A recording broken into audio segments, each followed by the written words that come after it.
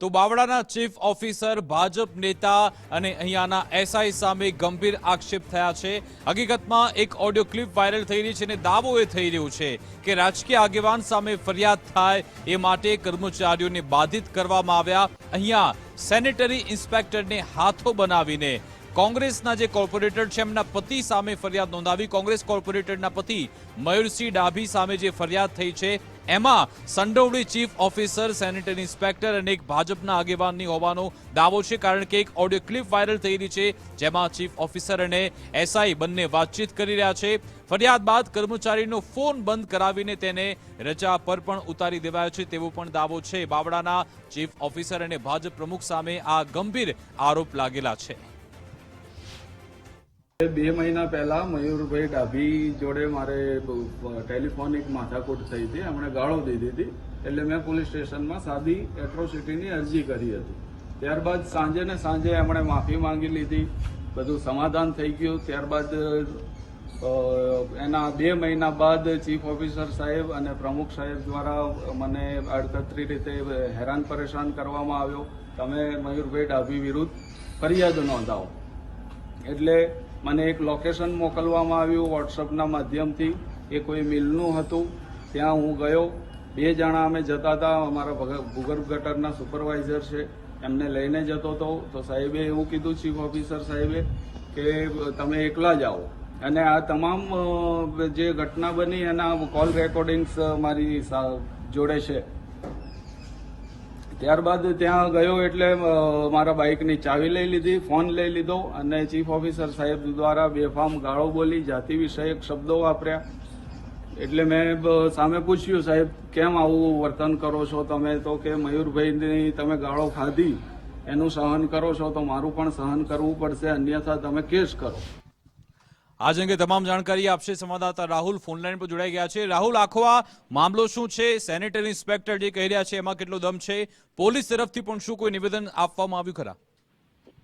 વિકાસ, જે પ્રકારની વાત કરવામાં આવી હતી કે બાવળા શહેરની અંદર છેલ્લા ઘણા સમયથી રોડ રસ્તા હોય કે ડ્રેનેજના પાણીની સમસ્યા જોવા મળી રહી છે।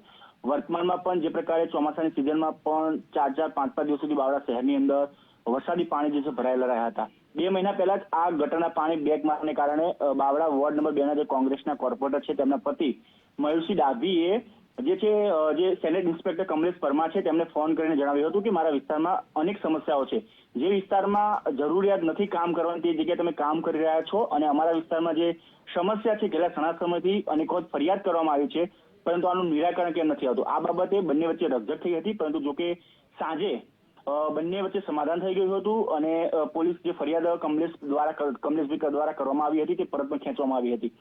પરંતુ એ સંજોગોમાં સમસ્યા સમાધાન થયા બાદ 2 દિવસ પહેલા ભાજપના જે નગરપાલિકાના પ્રમુખ છે તે અને ચીફ ઓફિસર આકાશ પટેલ એ આ જે સેનેટરી ઇન્સ્પેક્ટર કમલેશભાઈ છે તેમની ઉપર દબાણ કરવામાં આવી રહ્યું છે કે તમે મયુરસિંહ ડાભી જે કોર્પોરેટરના પતિ છે તેમની ઉપર પોલીસ ફરિયાદ કરો।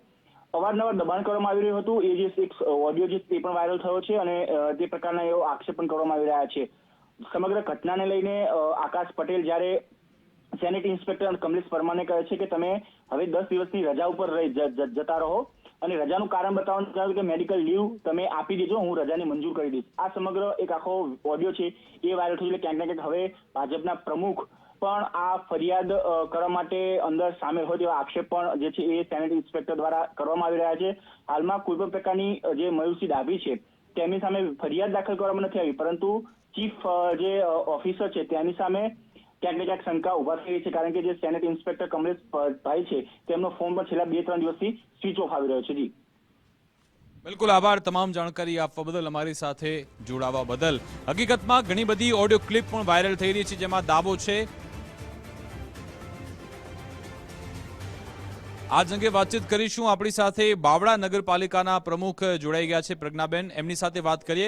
પ્રજ્ઞાબેન, અહીંયા ખૂબ જ ગંભીર આક્ષેપ એ થઈ રહ્યો છે કે ચીફ ઓફિસર દબાણ કરે છે સેનેટરી ઇન્સ્પેક્ટર પર કે તમે જે તે કોર્પોરેટરના પતિ સામે ફરિયાદ નોંધાવો। શું આ હકીકત સાચી છે? આ હકીકત સાચી નથી। તો એ તમારા અહીંયાના જે એસઆઈ છે ઓન કેમેરા કહી રહ્યા છે કે અમારું સમાધાન થઈ ગયું, તો છતાં પણ દબાણ કરાયું કે ભાઈ તમે ફરિયાદ નોંધો, ને પછી મને કહ્યું કે રજા પર પણ ઉતરી જા। મારી વાત સાંભળો તમે। જી બોલો। હા, એ કંઈક એમના પતિએ ગાળો બોલ્યા હતા મયુરભાઈ ડાભી એ ભાઈને, એટલે એમને સમાધાન થઈ ગયું હતું. હા. પણ પછીથી ફરી એમને કંઈક ગટર બાબતથી ડખો થયો તો મને પૂછ્યું કે બેન મને આવું કરે છે, હું શું કરું? મગ તમે કાયદેસરની રૂહે ચાલો, હમ, કાયદાની રૂહે ચાલો. બરાબર. એ સાહેબ ને મળો કે ગમે તેને મળીને તમે ગમે તે કરો.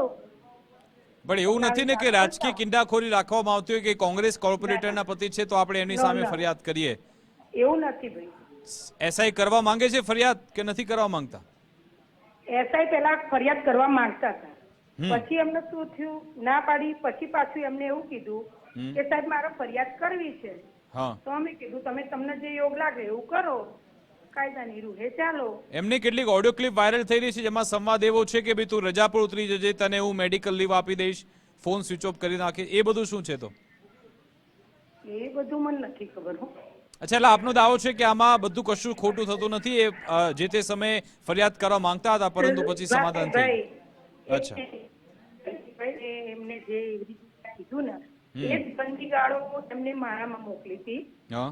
અને મારામાં એવું લખ્યું હતું એસઆઈએ કે બેન સાંભળતા નહીં, સોરી, પણ હું કેસ કરવા જઉં છું. બરાબર. એવું કીધું. એટલે પછી મારે તો કેવું પડે કે હા ભાઈ શકો છો, કોઈની ગંદી ગાળો સાંભળવાની જરૂર થતી નથી એવું મેં કીધું હતું. અને એમને મારામાં ગંદી ગાળોનો ક્લિપ, ઓડિયો ક્લિપ મોકલી હતી. પણ મેડમ એ જ એસઆઈ નો એક વિડીયો પણ સામે એવું કહી રહ્યા છે કે મારા પર દબાણ કરવામાં આવે છે કે હું ફરિયાદ કરું ફરી એકવાર. એવું કેમ થાય છે? તો અમે દબાણ નથી કર્યું. ઓકે, ઠીક છે. આભાર અમારી સાથે જોડા બદલ, વાતચીત કરવા બદલ. તો એસઆઈ નો દાવો છે કે દબાણ થઈ રહ્યું છે મારા પર ફરિયાદનું. જો કે હવે પ્રમુખ કહી રહ્યા છે કે અમે કોઈ દબાણ નથી કર્યું. હવે તમે ઓડિયો ક્લિપ સાંભળી લો જેમાં શું સંવાદ થઈ રહ્યો છે, કેવા દાવા થઈ રહ્યા છે એ પણ સાંભળો. નીકળી ગયા ભાઈ? હા સાહેબ, નીકળી ગયા. હું આ બાવળા ગેટ વટ્યો સાહેબ. બસ વટી દો. અને મને તમારો હા બોલો સાહેબ. તમારા વાઈફ નો નંબર મને આપી દેજો હા, અને તમારો ફોન બધા ફોન બંધ કરી દેજો. વાંધો નહીં. એમાં તમે ખાલી મેસેજ કરી દેજો, કશું તમારે કામ હોય ને ત્યારે ફોન કરજો, વાંધો નહીં. હું પછી સામે તમને રિપ્લાય હા બસ તમે મને ખાલી ફોન બંધ કરી દેજો ને તમે. મોકલી આપું છું નંબર સાહેબ. પણ આમ આવીશ નહીં ને એવું તો પછી વાંધો નહીં ને, રજાનું ને એ બધું. શું રજાનું ને એ બધું વાંધો નહીં ને મને એક રજાનો તમે એમ લેટર કાલ લખી દો સવારે કે ભાઈ મને આવી તબિયત નાદુરસ્ત હોવાના કારણે મારે રજાઓ દિન 10 ની રજાઓ મૂકવા બાબતે એમ કરીને લખી દો. એક કાલ સવારે મને વોટ્સએપ કરી દો રજાઓ એ લેટર. કાં તો પછી કર્મયોગી પોર્ટલ ઉપર ઓનલાઈન મૂકી દઉં સાહેબ? કર્મયોગી પોર્ટલ ઉપર છે ને, હા 10 મૂકી દો ઓનલાઈન. બરાબર, ચાલો. બરાબર ને, એટલે રેડી 10 દિવસનું મૂકી જ દો. એટલે મારે શું આ બાજુ આવવું ના પડે એમ સાહેબ? તમે હું કહું છું એમ કરો ને, 10 દિવસની રજાઓ કર્મયોગી મૂકી દો, હા, પછી કરીએ છીએ એનો રસ્તો. વાંધો નહીં સાહેબ.